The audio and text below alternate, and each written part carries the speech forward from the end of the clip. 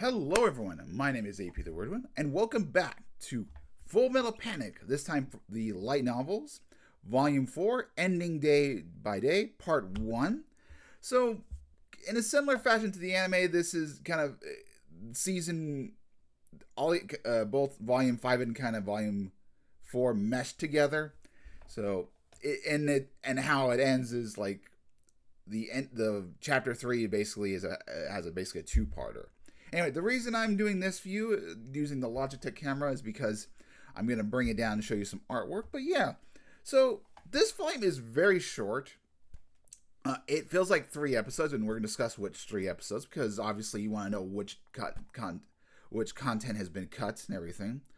But even though it is very short, it's still a very good still a very good novel. There's a lot of good character moments, and I think overall the anime misses. I would say there's a couple. I would say about 3 like inner monologues, 2 proper ones, and then 1 sort of inner monologue, which I'm gonna plan on reading for you guys because you guys definitely need to hear this bit. Anyway, without further ado, let's look at the artwork. So the cover is from the first chapter when Mao does her investigation, and that's a bit of a funny story because we'll talk about what's been cut and everything. Then we have the phone conversation, very nice shot. Then them using their guns and everything and blowing everything to Kingdom Come. And then, of course, Sosuke getting angry that he has to leave Mithril behind, leave Chidori behind. Anyway, let's talk about what is actually from the anime, what's different. So, anything involving Gates and the sisters is completely negligible. In fact, in terms of the episodes, it's the prologue is basically the start of Beautiful Sicily, and 7 and 8 are kind of combined in a weird. It's a combination. The chapter 3 is a combination of 7 and 8 in a weird sense. What I mean by this is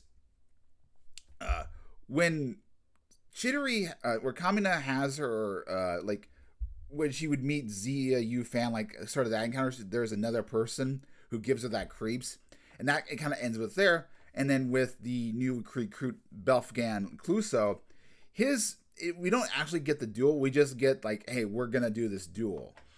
So it's a weird combination of the 2 episodes, but Edge of Heaven and Beautiful Sicily are perfectly recreated in the anime. And what I kind of liked about the light novels is they are actually very concerned with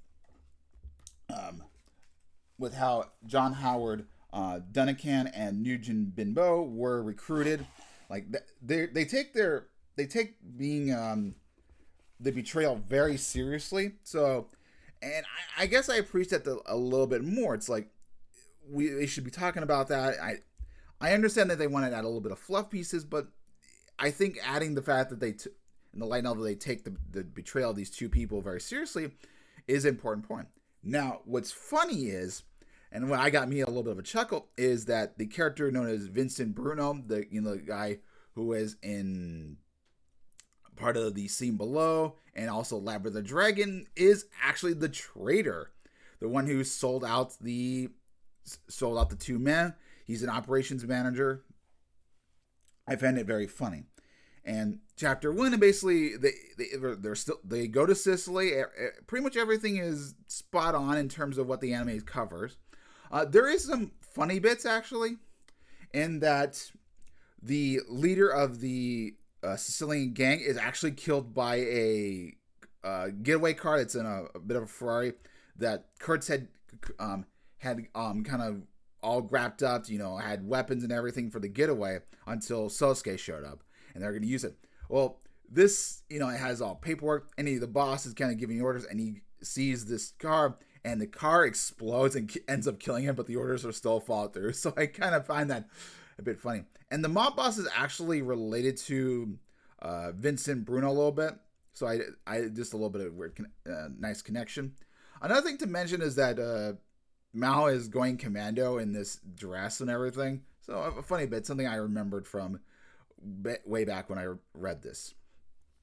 But continuing on, so in that mission as well, and which is where we're going to discuss there's a couple of parts, but I want to show a little bit of the novel that show a great picture, and this is of the Falk that Clouseau rides. Hopefully, I can get this in the proper picture. Hold on, gotta make this a big shot. Is this picture? This is his. This is his Falk. I really love this picture. It gives off the old school Godzilla, the very first Godzilla movie vibes, like photograph that time period. I just really love the shots. Like one of my favorite shots of the volume so far. I don't know.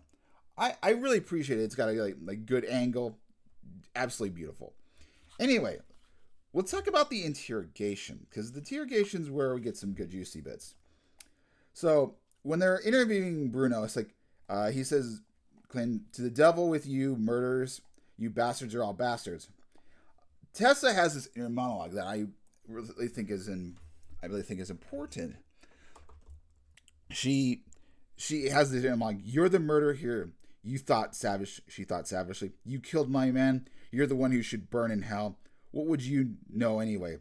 You're a pathetic man reduced to spitting venom in an interrogation room. Nothing but a low-born, greedy coward. How dare you speak to me this way?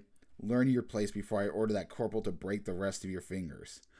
Just that inner monologue. I'm like, God, Tess is just absolutely ruthless. And when we go to later in, I think it's part 3. Hold on, let me get to the point. A little bit later, it's with it's in chapter 3, Black and White, when Tessa yells at Sosuke. Now, something I didn't pick up at first, and I mean, I should have known right from the beginning, is that Tessa does have feelings for Sosuke. I briefly forgot about that. But the reason it's actually important is that she has this inner thought business where she says, once Sosuke left behind, she says, there's a new wave of self-loathing swept over Tessa, where a few harsh words from her subordinate all it took to send her into a flying righteous fury, crying and shrieking, pathetic, didn't even cover. Her behavior was contemptible. She'd never done anything so wretched before. The only silver lining was that nobody else had witnessed the display. Even so, she couldn't believe that she had said all those awful things to him so bluntly. And she must have completely loathed her. He must completely loathe her now. Now, given Sosuke is a bit of an idiot, but I still feel like her point is still important. I mean, yes, he is oblivious to her liking her, even though I think there was some obvious business when in volume 2 that she did have a little bit of a crush on him. I don't know. I never got mad at Tessa. Like, I mean, I think she's perfectly reasonable. She's 16-year-old. She has a lot of weight on her shoulders. I mean, she does love him. And I just, at that moment, I just wanted to hold her and just give her a head pat. It's like, you did nothing wrong. You're a good girl. I really, like, both watching the anime and even reading the light novels, I'm starting to fall in love with Tessa, like, realize why I like her. Like, she's more than just, like, some Christian that she's more than that. She's a really good character, just an absolute sweetheart, goofball. Especially in Volume 6. We'll discuss that when it happens. But, yeah, I'm just falling in love with Tessa. I'm a simp for her. She's a good girl. But the other business I want to talk about is, it happens 2 pages later, and it's inner monologue by Sosuke that I think is really important, that I think that the anime should have had. They're at the bar. They're about the bar. It's right before Clouseau enters, and he and Curtin talking. He says, "There's no point in confiding to Kurtz." Sosuke thought. The dilemma he was facing, his orders, his duty, common, his own lack of insight, everything wouldn't be solved by talking. Even so, a part of him desperately wanted to vent his thoughts. Kamen had trusted me. It's me she relies on, not some intelligent agent. Yet one word from the higher-ups and I completely betray her trust. He thought, I know that the Arbalest is a vile machine. The Colonel is right when she says that it's the only thing that can stand against a Venom or Behemoth, and Communist will probably be safe in the care of an intelligence division specialist. But still, I can't accept it. Logic isn't enough. Neither is rationality. I know that this is strategically correct decision. It's a simple equation that produces the same answer every time. Why then does it get so deeply under my skin? And it emphasizes the point that Sosuke is human, but he just doesn't know how to convey his feelings. He's never been given the opportunity to. He has this certain mindset of survival. Always taking orders. He's never allowed to be him true self. And hopefully, through the course of the anime and subsequently the light novel, Cluso will be able to get him out of his skin. And that's kind of the end that happened at the end of episode 8. But yeah, there's just some good inner monologues that I wish had been both Tessa and Sosuke would have had, just as a little bit extra juiciness. Now onto the part. I mean, the anime is absolutely beautiful, and it definitely adds a lot more stakes with the two sisters and everything. But at the same time, because of how they done things, adding extra bits, they couldn't fit in the Christmas part, Volume 6. And Volume 6, I believe, is going to have a bit of an ending that needed to be done. So we'll hold on to that. I was going to I was going to do like a Christmas reading of everything, but the light novels is super long, so I'm just going to have to do a review. It is still worth reviewing. There's a lot of good funny bits, so definitely pick up the volume. But yeah, it was just some. All right. Anyway, Volume 4, solid beginning, a good part 1. Very short, but still very impactful. I'm looking forward to reading Volume 5. But for now, we have to move over to the rest of Season 2. We have to go through 9 through 13. And technically 14 because the OVA. We're going to cover the OVA. I'm not going to move on to the second. I'm not going to move on to Volume 5 until I do the OVA as well. So we've got 6 more episodes to clean up. But yeah, I'll give my overall thoughts at the very end. I wish they gave more to the light novels because it was easily digestible. It wouldn't be as detailed, but you could fit you could fit all 6 volumes in this season. Maybe even have like a few less episodes, maybe like 1 or 2, maybe, I don't know. But yeah, I wish it was more. I just wish it was a little bit more faithful to the anime. Just not include Gates or the sisters, even though they are entertaining in their own right. They're definitely very threatening.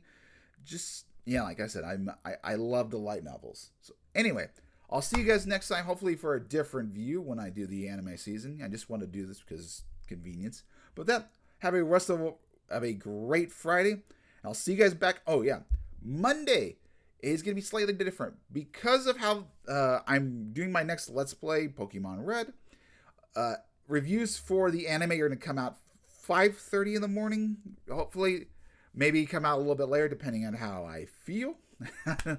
I gotta get those days, get those in a day early. But yeah, so it'll be that. I think the following Wednesday after that, it's gonna be at its normal time.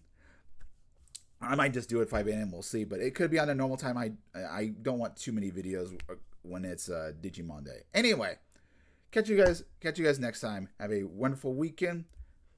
Yeah, and like, comment, and subscribe.